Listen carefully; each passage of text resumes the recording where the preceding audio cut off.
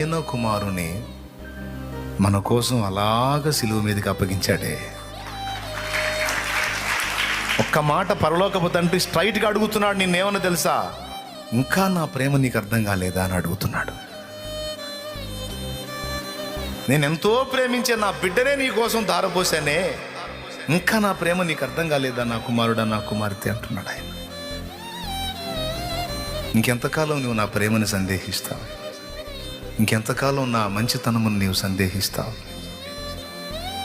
నా బిడ్డనే నీ కోసం ఇచ్చిన వాడిని నీకు ఇంక సమస్తం ఎందుకు ఇవ్వను అనుకుంటున్నావు? నువ్వు ఇవ్వనా? అన్నిటికంటే విలువైంది నా బిడ్డ కదా, ఆ బిడ్డనే నీకు ఇచ్చాను కదా. అంత గొప్ప బిడ్డనే నీ కోసం ఇచ్చినప్పుడు ఇక మిగిలిన చెత్త నాకు ఒక లెక్క? నువ్వు అడుగుతున్నవన్నీ నాకు ఒక చెత్తతో సమానం. నువ్వు మిగిలిన ఇక దేనికోసం నువ్వు మదన పడుతున్నావు, ఆవేదన పడుతున్నావు, ఆక్రందిస్తున్నావు, ఇవన్నీ నాకు చిన్నపాటి చెత్తతో సమానం. నువ్వు అడిగే వాటన్నిటికంటే విలువైన వాడు కదా నా కుమారుడు, నా జనితైక కుమారుడు, అద్వితీయ కుమారుడు. అంత బిడ్డనే నీకు ఇచ్చినప్పుడు ఇక ఎందుకు ఇవ్వను మిగిలినాయి?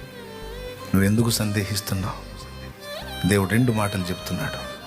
నా ప్రేమని ఇక నన్ను గుర్తుపట్టు, నువ్వు నేను నిన్ను ప్రేమిస్తున్నాను.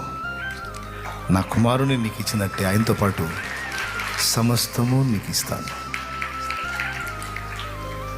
అన్యాయం ఉండదు అంటున్నాడు. అంత